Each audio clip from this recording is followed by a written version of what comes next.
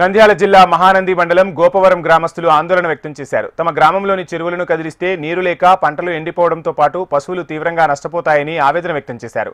పరిస్థితి ఇలాగే కొనసాగితే ప్రభుత్వం పనులు అడ్డుకొని రాష్ట్రవ్యాప్తంగా ఆందోళనకు దిగుతామంటూ హెచ్చరించారు. నంద్యాల జిల్లా గోపవరం గ్రామ రైతులతో మా ప్రతినిధి హరికిషన్ ఫేస్ టు ఫేస్. మన గ్రామం మన చెరువు మన రైతుల హక్కు అన్నటువంటి నినాదంతో నంద్యాల జిల్లాలోని గోపవరం గ్రామ రైతులు ఒక్కసారిగా ఆందోళన బాట పట్టారు.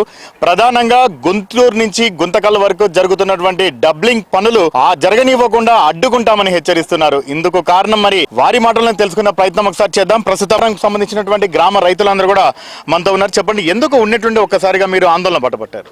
ఇది మా చెరువు చాలా సారవంతమైన నెల. ఇది మా చెరువులో ఒండు మట్టి ఉంటుంది కదా, ఈ ఒండు మట్టి మా రైతుల హక్కు. అది మేము తోలుకోవడం.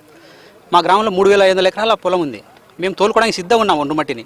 కానీ రైల్వే అధికారులు, ఇరిగేషన్ అధికారులు రైల్వే కాంట్రాక్టర్కు 1,00,000 క్యూబిక్ మీటర్లు అంటే దాదాపుగా 40 ఎకరాల భూమిని తవ్వుకోవడానికి ఇచ్చినారు.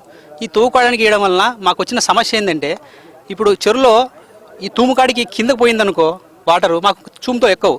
ఆల్రెడీ మా గ్రామంలో మా చెరువులో 3 తూములు ఉన్నాయి. 3 తూములో 2 ఉపయోగంలో లేవు. ఇప్పుడు ఉండేది ఒక తూము వల్ల మేము ఏదో వాడుకుంటున్నాం. ఇప్పుడు ఈ తూము కిందికి నీళ్లు పోతే ఆటోమేటిక్గా మా పంటలు పండవు. దాంతోపాటు ఈ ఎండల కాలంలో వీళ్ళకి పర్మిషన్ ఇచ్చినారు.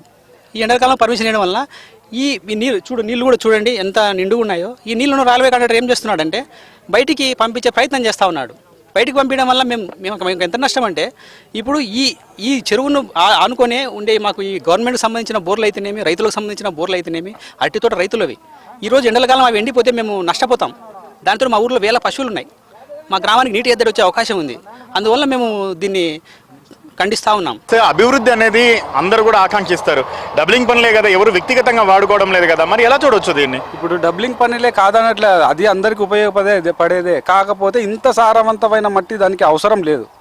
ఎక్కడైనా మచ్చుగా దొరుకుతుంది. కొండలో గ్రావెల్స్ అన్ని అక్కడ తీసుకుంటున్నారు. అటువంటిది అయితే యూజ్ చేసుకుంటే బాగుంటుంది.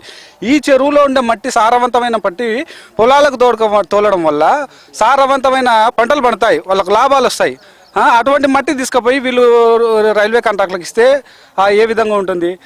అదే కాంట్రాక్టర్ అదే చెరువులో ఉండే మట్టి రైతులకు తోలుకోవడానికి పర్మిషన్ అడిగితే ఆఫీసులు చుట్టూ తిప్పుతారు. మీరు చివరిగా చెప్పండి, ఒకవేళ మీరు ఇంత ఆందోళన చేస్తున్నారు, ధర్నాలు చేస్తున్నారు, అయినా కూడా అధికారులు అలాగ ఆగకుండా ముందుకు వెళ్ళిపోయి చెరువులో మట్టిని తీస్తే ఏం చేస్తారు?